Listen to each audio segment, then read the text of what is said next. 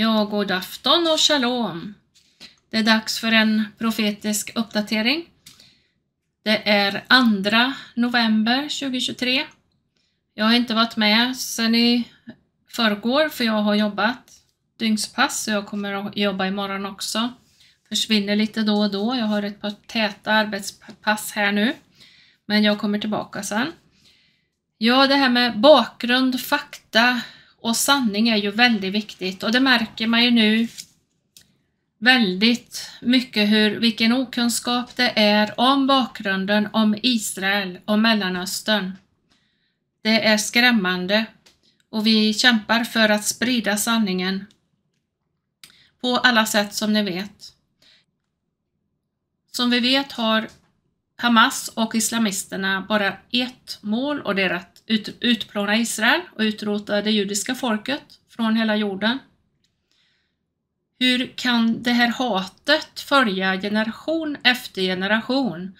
Ja, i den videon som kommer här sen, där får vi veta precis hur det ligger till, vad som lärs upp i islam. Vad barnen får lära sig sedan de är väldigt små. Och det är David Wood och broder Rashid. Och han har varit muslim, är numera kristen. Så han vet väldigt mycket om islam, är insatt och han berättar om bakgrunden. Många av oss känner ju till det här, vad som hände när Muhammed, varför han vände sig emot judar och kristna. Och det var därför att de inte tog emot hans så kallade uppenbarelser. Och då gjorde han tvärt emot att han började förfölja dem och ville döda. Men vi får veta bakgrund och hur det är mycket inom islam i den här videon av en före detta muslim som är väl insatt. Jag skriver en hel del på Facebook för att informera. Och jag vill påverka så mycket som möjligt till försvar för Israel. Och det Israel nu tvingas att utföra i Gaza. Vi tittar inte gärna på tv-sändningar. För de är tillbaka i sina gamla hjulspår. Och de undviker och undanhåller sanningen från svenska folket. Alla känner till vad som hände, mer eller mindre om vad som hände den 7 oktober och dagen efter det, vad Hamas utförde fruktansvärda dåd i Israel. Och Israel är tvingat att förstöra vapenförråden, försöka eliminera Hamas, terroristorganisationen, terroristerna. För de har bara ett mål och det är att utplåna Israel och det judiska folket på hela jorden. Det är fruktansvärt. Och det här är kopplat till islam naturligtvis. Sverige är medskyldigt. Svenska regeringen, tidigare regeringar är medskyldiga till att ha sänt stora bidrag till Gaza som har använts för att köpa vapen från Iran bland annat och framförallt. Och det här har Israel sagt hela tiden och vi som känner till läget i Mellanöstern vet detta. Men politikerna har inte velat lyssna. Så är det. Så jag tycker nog att svenskar ska vara väldigt försiktiga med vad man uttalar sig. För att det Israel är tvingat att göra nu, det är Sverige medskyldigt till. Och de som har tagit sådana beslut. Att ge bidrag till terrorister, helt enkelt. För det är vad man har gjort. Jesus säger i Matteus 24, välkända ord för oss som är bibelläsare. Se till att ingen bedrar er. Ty många skall komma i mitt namn och säga jag är Messias eller Kristus och det skall leda många vilse. Ni kommer att höra stridslarm och rykten om krig. Se då till att ni inte blir skrämda, ty detta måste ske. Men därmed har slutet ännu inte kommit. Folk ska resa sig mot folk och rike mot rike. Och det ska bli hungersnöd och jordbävningar på den ena platsen efter den andra. Men allt detta är bara början på födslovåndorna. Han säger igen i vers 11, många falska profeter ska träda fram och bedra många, och eftersom laglösheten tilltar kommer kärleken att svalna eller kallna hos de flesta. Det är allvarliga ord. Det påminner oss om hur viktigt det är att vi står för bibelordet, att vi står för Israel, vi står för Guds plan med Israel. Det är det handlar om. Det är Guds ord som är den fasta grunden som vi står på, som vi bekänner oss till och som vi tror på. Och det är det vi vill påverka och sprida så mycket som möjligt. Vi står med Israel. Ja, då kommer videon här med svensk text. Vissa ord blir lite konstiga i översättningen i programmet, men det går nog ändå att förstå innehållet och det är väldigt viktigt att känna till. Så tackar jag för mig, önskar er Guds välsignelse och shalom. Or to convert to Islam, you only see it now because really we don't care about the victims, because we care only who is the perpetrator. If it's a Jew, then we care. You mentioned Yemen, for example. It has been since 2011. It's almost 11 years. And now we have 150,000 deaths because of that war. 11,000 of them are children.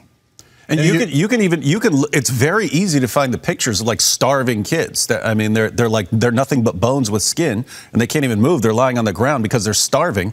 We don't hear a word about this. Because it's Saudi Arabia and United Arab Emirates, it's Muslims who are doing those things, so nobody cares.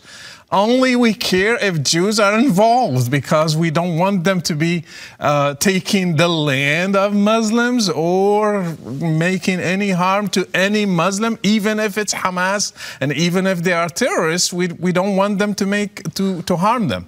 Now, wait a minute. We've got like 49 Muslim majority countries, a huge portion of the world, and then you've got this tiny little piece of land, and it's anything that happens on that little piece of land. Then all of a sudden, I mean, college campuses around the world, marches around the world, and what do you think's going on with the Jews there? Jews are, since the beginning of Islam, they are hated by the first Muslim community, including Muhammad, until today. And that hatred, it needs a trigger. So we hated as Muslims, when I say hate, because I belong to the Muslim Ummah, Muslim nation, so I know how they think, and that's how I used to think. So when I say we, I just know the mentality. We used to hate every Jew, all through history. When you read history of Islam, you will see it clearly in the text and incidents. So we need a trigger. Israel is the trigger right now. 1948 is the trigger. It's not the cause. And people think because of Israel occupying the land, that's why we are doing that. But that's not the truth. Actually, there were massacres against Jews even before that. And I can mention few, for example. In Morocco, we had the massacre of Fez. Fez is a famous city in Morocco. That's 1033. It's, 900 years before Israel. Moroccans killed 6,000 Jews in one day. I can give you another one in Iraq, 1941. It's called the Farhud massacre. They killed between 200 to 1,000. We don't have the exact numbers. And the name of it tells everything. It's Farhud. In Arabic, Far means he ran away. Hud is Yehud, the Jews. The Jews ran away on that day. So they still have it in Iraq. They call it the Farhud Day. So the day when the Jews left. It's 1941. Israel didn't exist back in those days. We have one, and also the Hebron massacre. It happened before the foundation of Israel. We had 67 Jews that were killed. All these things just shows you that Jews, they were hated, and we have it in the text. If we can really dig into Muslim texts and show you exactly what we thought of them. Yeah, and this was something that interested me way back when I was starting to learn about Islam. So the main reason early on that I was studying Islam was just that my best friend was a Muslim. But Nabil, he was from the most peaceful sect of Islam, the Ahmadis. Their motto is love for all, hatred for none. Yeah. And yet, even with Nabil, when the topic of Israel or Jews would pop up, he would suddenly become like a different person. like even he was enraged. And I was like, wait a minute, I thought you were the nice one here.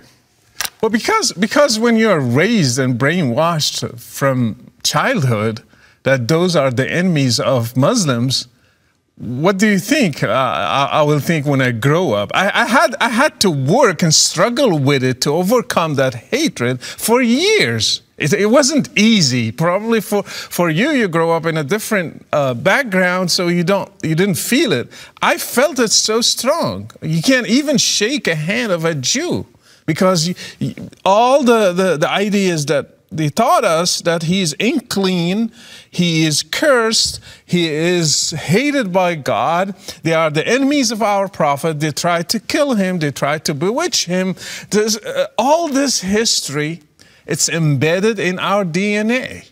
So when you think of a Jew, what image is going to come to your mind if you were raised since childhood to think they are the monsters, they are the killers, they are the bloodsuckers. So what are you going to think about them when you see a Jew? And this is, I find this really interesting how this unfolded in the lifetime of Muhammad.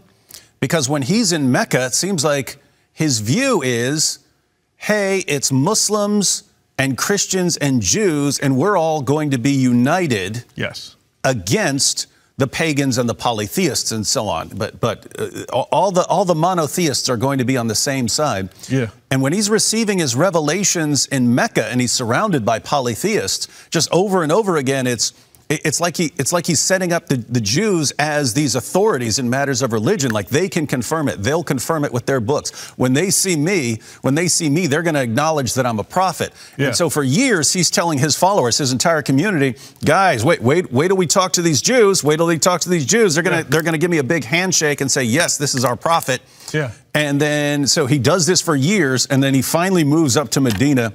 And the Jews are like, what, you're not a prophet. Get out of here. What are you talking about? Exactly. You're the most obvious false prophet in history. Exactly. What are you talking about? You're an Ishmaelite? We don't know what you're talking about. I'm there in your book. Just check. You'll find where? Book of Trust Me, bro? Where are you in here? So that's exactly what happened. When you read the surahs, for example, in Mecca, he was talking about nature, and look at mountains, look at the sky, look at all these natural stuff, and it shows there is a God and only one God. And hey, Christians approve that, Jews approve that, and I am talking about Abraham, Moses, and Jesus. See, we're all a family. Mm-hmm. We're against the polytheists. And when he moved to Medina, he was like, right?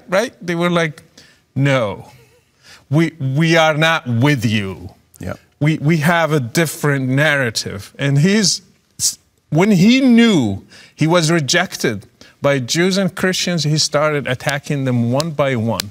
And he started making excuses to justify kicking out Jews, killing them, enslaving their women and their kids. For every tribe, he found an excuse. Mm-hmm. And when you read it, you see clearly he had a plan to get rid of them because they were a threat to his prophecy.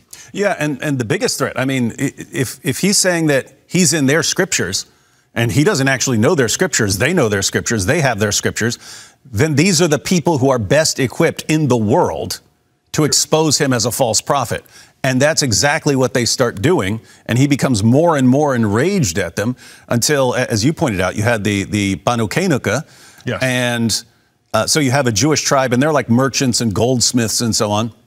But his justification for expelling them was a prank. Someone did a prank. One of the Jewish merchants did a prank on a Muslim woman. sort of pinned her dress to a bench or something like this, and she stands up, and then people she got uncovered. Yeah, people saw her uncovered and so on, and that becomes the basis for expelling the entire tribe. Tabari says that Muhammad wanted to kill them all. Then he wanted to kill the entire tribe, but they actually had some Arab allies, and they protected them. Yeah, they protected them, said, hey, don't kill them, and so on. Yeah. So he kicked them out and then kept their stuff. And when you see Banu Nadir, for example, he had a different excuse for them. He went to ask them to help him to raise some money so he can pay for the mistakes of his followers because they killed someone.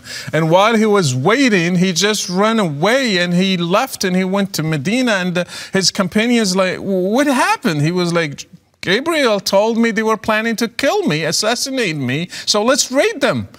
So what's your proof here? Yeah, I had a dream. No, it's just amazing because think about how many revelations he gets like that when he wants something. So he wants to marry his best friend's 6-year-old daughter. And, oh, I got a revelation. God wants me to have your 6-year-old daughter as my wife. Then he went, he goes to Jerusalem on this flying donkey monster. And then, oh, so that's going to be ours, too. It's like, wait, you could just wake up at one day and say, hey, like me, I could wake up right now and say, I had a dream that Elon Musk has to give me all his money. Yeah. Therefore what? It's mine now because I had a dream or I'm claiming a revelation. It's just interesting stuff about how you can claim it and then just kick people off of land. And for the other tribe, Banu Qurayza, which was a different story, he killed all the male above 14, 13. He checked their hair of puberty, and then based on that, makes them drop their clothes off, and so he's checking them to see who's reached puberty. Yeah, so he killed around 600 people on that day. And what was the excuse? He was raided by these tribes, Arab tribes. The Jews said, we have nothing to do with it. And then he said, no, you broke your covenant with me, and you have to pay for it. So he just went and he raided them. I think he was just mad at them, and he tried to find an excuse. And Khaybar, the same thing. It's far away from him. They never harmed him. They never did anything. Just one day in the morning, his army is shouting. People are... It says they're walking out to do their work. Exactly. They're heading out to the fields to do their work. When, and suddenly they saw his army, and he was like, Allahu Akbar, Kharibat Khaybar, like, God, Allah is great. Now we will destroy Khaybar. And since then, even now in these protests around the world, people are shouting, Khaybar, Khaybar, ya Yahud, Jayshu Muhammad, Sawfa Ya'ud, means Khaybar, Khaybar, oh Jews, the army of Muhammad is coming back. So they are reminding the whole world that Muhammad massacred Jews on the day of Khaybar. He took their land, he took their belongings, and he made them, they were like working for him as slaves, actually. Yeah, he made them dhimmis, yeah. Dhimmis. So when we are in the 21st century, and one in UK, a Muslim, is reminding the world that the days of Muhammad are coming back. We will do to the Jews the same thing that our prophet did to them. That has to tell us something, that this hatred is attached to religion, is not separated from it. Mm-hmm. And the thing I can't get past is the hypocrisy. Right, the hypocrisy, where Muhammad can punish an entire tribe because one of them pulls a prank. Yeah. Or he can punish an entire tribe and just say, I had a dream. I had a dream, or I had a vision, or Gabriel told me they're going to get me. Therefore, we have to punish this entire tribe. Or even the Qurayza Jews. Yeah. The accusation against them is that they're somehow conspiring behind the scenes with the Meccans. And you know, this is from Muslim sources, so you're not sure exactly what to take seriously and what not to take seriously. But you can grant everything they're saying. You can say, okay, I'm going to take your version of events. Yeah. Their version of events, they knew exactly who they were accusing of conspiring with these guys, and yet he punishes the entire population. Men, women, and children. If you had reached puberty and you're a man, you were dead. Everyone else became the slaves and sex slaves of Muslims. So he could actually punish the entire population for something where you knew who the guilty people were, right? Yeah. You could have said him, and him. Yeah. They're going to be punished. No, punish the entire tribe. And the reason I find this absolutely hypocritical is we would agree, you know, if you have an army, you know, then it's your army versus their army. Try to keep the civilians out of it and so on. There was no concept of that for Muhammad. It was someone from your group did this, therefore we will crush you all. Actually, the Jewish tribes, if you read history, didn't have army. They used to be under the protection of other Arab tribes, so they don't have an army of their own. And that's the reason the Kenuka survived. They had some Arab allies. Muhammad wanted to kill them all over a prank. He wanted them all dead over a prank, and yeah, they had some allies who stepped in and said, no, don't kill them. So going back to my point that this is related to religion, I grew up as a Muslim, and the first thing we learn is the Fatiha, the opening, how to pray with it. And everybody around me, not just me, we knew that the last verses of the Fatiha are about Jews and Christians. If you read them, the path of those those you have blessed, means they're talking to Allah, not those who you are displeased with or who are astray. مغضوب عليهم ولا الضالين غير المغضوب عليهم ولا الضالين. It means Jews and Christians. Actually, it says the ones that you cursed or you are angry at them, you are mad at them, and those who went astray. The ones who went astray are Christians. The ones who are cursed are the Jews. Imagine you repeat that 18 times a day, and you are just repeating that in every prayer, every time, and in your mind it's related to Jews and Christians, then you have a problem there, because that's brainwashing, actually. A child is raised to remember that the ones who are cursed are Jews, the ones who went astray are Christians, and are repeated daily, 5 times a day, and you repeat it in every unit in the prayer, not just one of them. So imagine a kid growing up like this. What is he going to think about Jews and Christians when he grows up? You definitely don't want to be like those guys, right? So wait, just to recap here for people who aren't familiar with Islamic prayers. Yeah. So you're saying you have your 5 daily prayers. Yes. And during your prayers, you recite the opening surah of the Quran, Surah Al-Fatiha. Yeah. And you're saying in Surah Al-Fatiha, you've got this, you've got Muslims around the world saying, Allah, don't make us like these 2 groups. Don't make us like those, the ones who are cursed or the ones who are astray.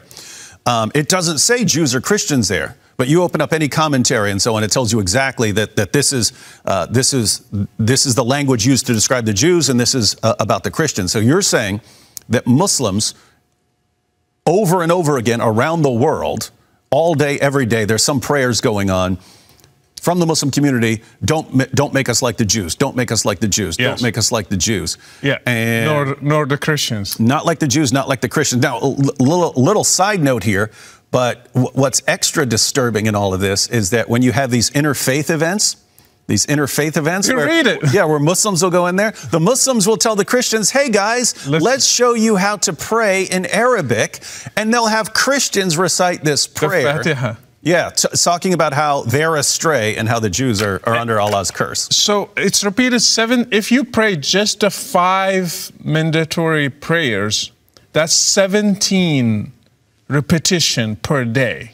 If you add to it, because we don't really just pray those 17, we pray other prayers, we add them to them. So most likely it's 20 or more. So you are repeating 20 times a day the same thing, if you are really a devout Muslim. Not only that, like when you read the history of Islam, who put poison for Muhammad? They used to ask us at school, at the mosque, who poisoned the Prophet? Yahud la'anahumullah. So a kid in kindergarten, he's saying Yahud la'anahumullah, Jews, maybe Allah cursed them. And who bewitched your prophet? Al-Yahud la'anahumullah. So kids are just programmed. So when you're talking about the bewitched, this is when Muhammad, and there's disagreement as to whether this was 6 months or 2 years, but he walks around with these delusional thoughts and false beliefs. He's behaving very weirdly, and eventually he snaps out of it, and it was a Jewish magician. He accused a Jew. Yeah, the Jews made me act like did it. Yeah. Wow. Through Wi-Fi. So basically, anything that goes wrong, it's the Jews. Yes, and not only that, he taught us, or they taught us through history, that the Jews always they wanted to harm Muslims. For example, they put hadiths. They call them Israelites, the Jewish hadiths they are lies, basically. They infiltrated our doctrines as Muslims. Another accusation, they are now in Israel, I have been told since childhood, in Israel they are planting trees so they can hide behind them, because they know in the end days we will fight against them, and every tree and every rock will cry, will shout, "Hey Muslim, come kill this Jew, he's behind me." Only one tree, it seems, that tree likes Jews, so they are planting it everywhere, so it will save them on the last day. Yeah, let me read one. There are a ton of these. Let me just read one so people know what we're talking about. So this is Sahih Muslim, 7339 in the Darus Salam edition. It can be in different editions. They use a different numbering system, but in the Darus Salam edition, it was narrated that Abu Hurairah said, "The Messenger of Allah said, the hour will not begin until the Muslims fight the Jews, and the Muslims will kill them, until a Jew hides behind a rock or a tree, and the rock or tree will say, 'O Muslim, O slave of Allah, there is a Jew behind me, come and kill him.'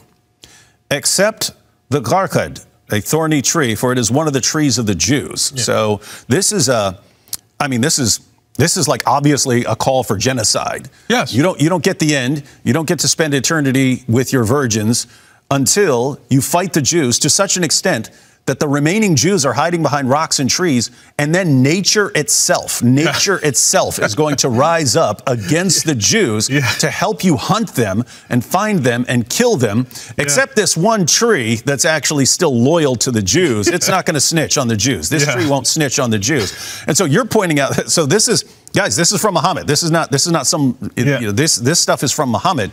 But you're saying that it then becomes a rumor among Muslims, and I heard it from you, but I've also heard this before, that it's a rumor that Jews are secretly running around and planting all these trees because these are the only trees that won't snitch on them, and so they're going to hide. Not the Iron Dome. Yeah, not the Iron Dome. It's this tree. They're planting them everywhere so they can run and hide, and then Muslims won't be able to find them. Yeah, and another one, when you look at our Islamic history, we used to call Jews, they still do it until now, sons of pigs and apes.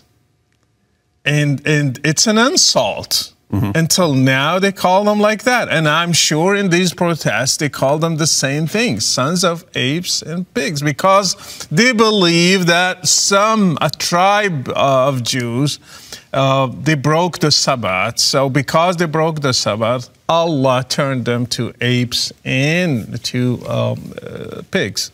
Yeah, and that one's interesting, because for a while, Muhammad had declared that Allah had transformed the Jews into some animals, but he wasn't sure which ones yet. He eventually decided it was apes and pigs. But before that, it's interesting because he wasn't sure, so he was nervous around certain animals. Let me give two. One of them is the rat, or like And for that one, he actually gave a scientific experiment. So how to prove they are Jewish? Yeah. So this one narrated Abu Hurairah.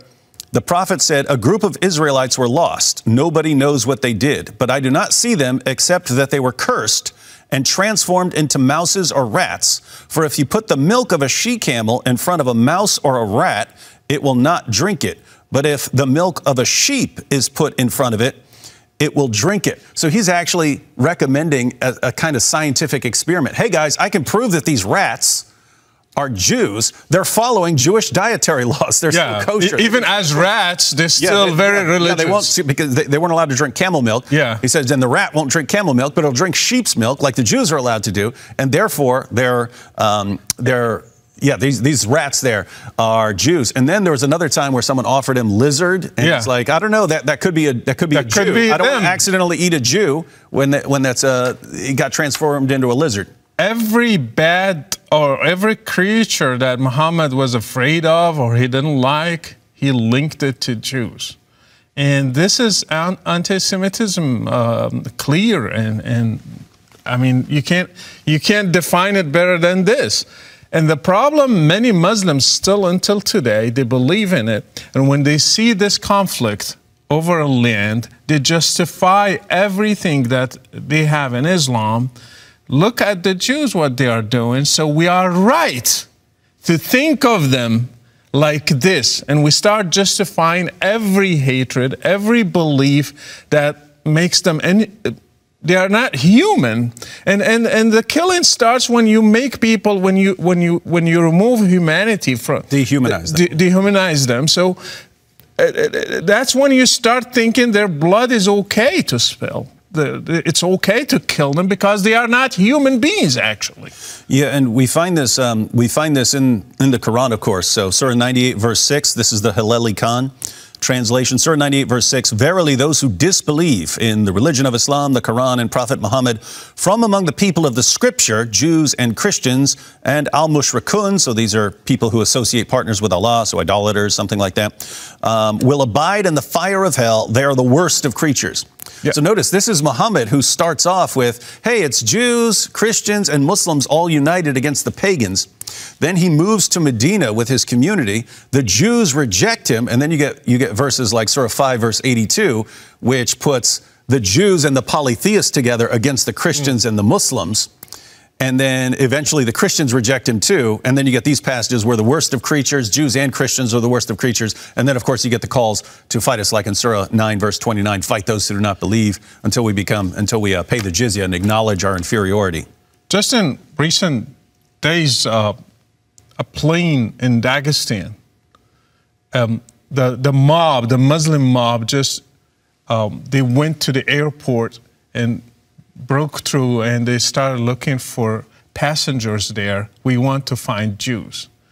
And that tells you why all Muslim communities all over the world, in Pakistan, in Morocco, in Algeria, in Saudi Arabia, in Palestine, wherever they are, they share this hatred towards Jews. What is the common denominator between them, except Islam? So when you see people are shouting or chanting slogans against Jews, and they are from the Islamic text, it's a proof that Islam is the root of this hatred. It's not the conflict over a land. It's not the conflict with Israel. It's not the start of Israel as a state in 1948. Through history, Islam taught us to hate Jews, to kill them, to get rid of them because they are impure, they are unclean. They try to harm the Muslim community at the beginning. They try to harm the Prophet, and you name it. The list goes on. Mm-hmm. And just one more passage I wanted to read here. This is Sahih Muslim. Again, this is it's 4594 in the Darus Salam edition. You might, if you have a different edition, if you're online on sunnah.com or something like that, it'll have a different number. But Umar bin al-Khattab said that he heard the Messenger of Allah say, I shall certainly expel the Jews and Christians from the Arabian Peninsula until I leave only Muslims there. Now, why I find that interesting is there were Jews and Christians in Arabia before Muhammad. True. Muhammad comes along, and once he rises to power, he can say, everyone go. I only want Muslims here. Everyone else has to get out. And he can expel Jewish tribes if they're strong enough. If they have alliances with other Arab tribes, then he might expel them. If they don't have alliances, he can just slaughter them. But he can just go into an area and say, I want this area just for Muslims. Everyone else get out, even though you were here before me. Yeah. That's not what happened in Israel, but that's what Muslims say happened in Israel, right? It's just Yes. that there's the Palestinians, they're living there, they're there forever, they're their own people group, until Jews come in and kick them off their land, and now they're just fighting to get their land back. Point is, that's not at all what happened. Historically, that is factually false. That did not happen. But that is the standard story. And the point is, even if we went with the standard story, which is false, it would be completely justified using the exact same method of Muhammad. According to Muhammad, one religious group can come into an area, take over the area, and say, everyone else get out. And there's nothing you can do about it as long as they're more powerful. So all I ever hear is hypocrisy, because Muslims are saying, look what they did, look what they did. And they get it wrong, what actually happened. But they say, look what they did. This is wrong. This is immoral. This is evil. And it's exactly what your prophet actually did to the Jews and Christians of Arabia. I think we need to do another video where we discuss the historical facts about the conflict. All right. Well, I hope this was a good introduction into the problem. As far as I can tell, because the Jews of Arabia rejected Muhammad, and they were the ones who were in the best position to expose him as a false prophet. Jews and Christians, because he appealed to our scriptures and he appealed to us as people who are going to confirm him. When Jews and Christians started rejecting him, that was a massive threat to his community. He had put so much confidence in their testimony that they were going to confirm him, and their scriptures are going to confirm him, that when it turned out to be the exact opposite, this is a threat to, I mean, if I say, hey, you can know I'm a prophet because they're going to say it, and they don't say it, they say, what are you talking about? This guy's the most obvious false prophet in history. That's a threat to his status as a prophet. And so he becomes more and more enraged at them. Why doesn't he want Jews and Christians in the Arabian Peninsula at all? He knows they will convince his followers that he's a false prophet. So you have to get these guys as far away from you as possible. Can't have them here. And then, of course, you end up with all these stories. Muhammad, I mean, even as he's dying, is calling Allah to destroy the Jews and Christians. Yes. And he says it's because they turn their places, they turn the graves of their prophets into places of worship, even though, I mean, he's in the mosque in Medina, right? So place of worship. So his own followers, by his own standard, would be cursed. But you just have this. Now it's built into Islam that Jews are the supreme enemies of Muslims. You don't get your rewards on Judgment Day until you slaughter the Jews.